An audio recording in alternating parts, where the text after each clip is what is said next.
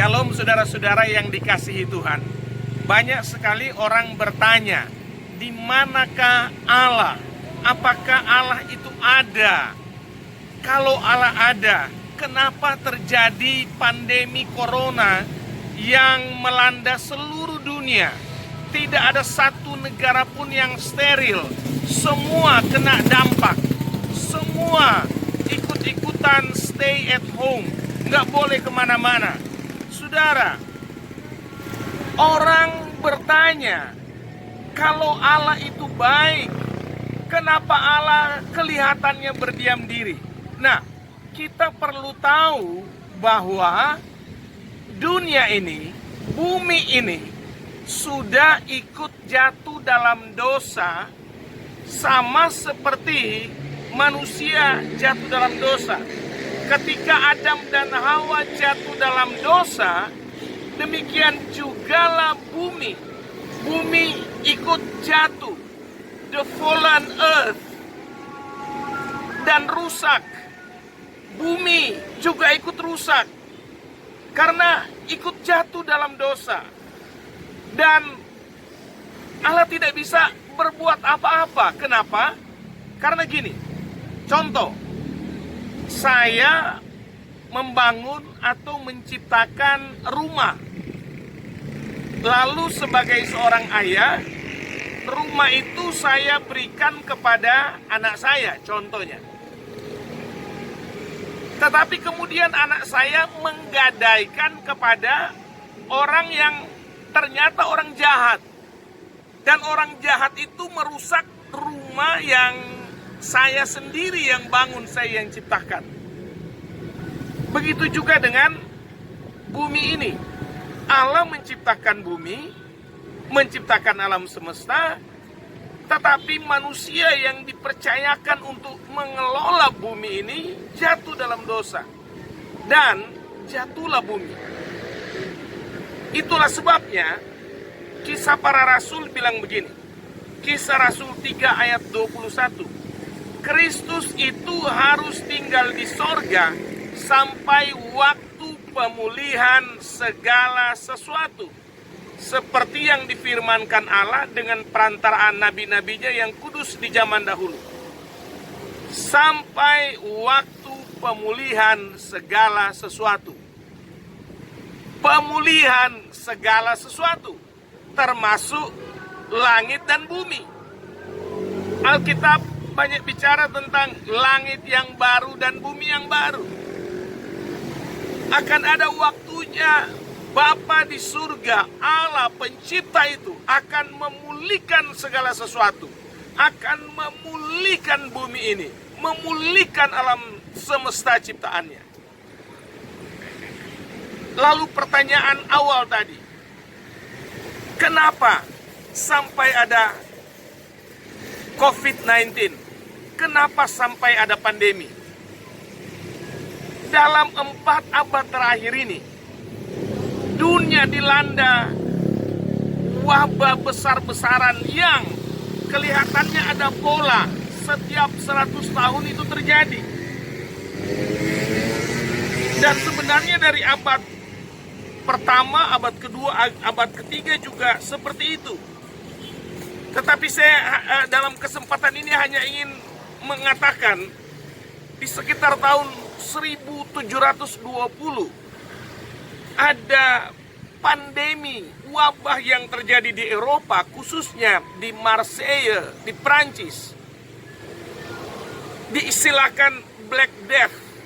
Padahal itu penyakit wabah sampar, wabah pes sampar yang menewaskan 126.000 orang di Marseille dan kota-kota sekitarnya di Prancis. Butuh 25 tahun sampai populasi di kota Marseille itu pulih kembali. Lalu antara tahun 1817 sampai 1820 ada wabah lagi, wabah kolera yang bermula dari Kolkata, India, dan menyebar sampai di seluruh Asia. Dan yang meninggal juga lebih dari 100.000 orang. Lalu di tahun 1918, 1920 ada flu Spanyol. Nah, ini lebih gawat lagi. Flu Spanyol itu menjangkit atau memapar, menginfeksi sekitar 500 juta orang. Dan ini menjadi pandemi, wabah di mana-mana. Dan yang terjadi sama seperti sekarang ini di Eropa, rumah sakit full semuanya. Tidak ada tempat untuk orang yang dirawat di rumah sakit. Pakai masker. Itu sudah terjadi di tahun 1920. Dan korban yang tewas karena wabah flu Spanyol itu lebih banyak daripada yang tewas karena Perang Dunia Pertama yang baru saja terjadi di 100 tahun yang lalu.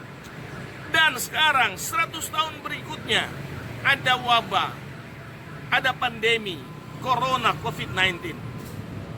Dunia ini memang sudah jatuh, the fallen earth, dan menunggu saatnya dipulihkan.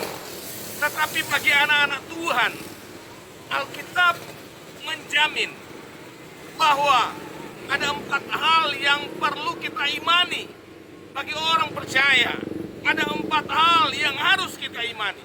Yang pertama, bahwa penyertaan Tuhan kepada orang percaya itu akan Tuhan berikan. Aku akan menyertaimu, kata Tuhan. Itu yang pertama. Kita harus ingat bahwa Tuhan menyertai kita. Yang kedua,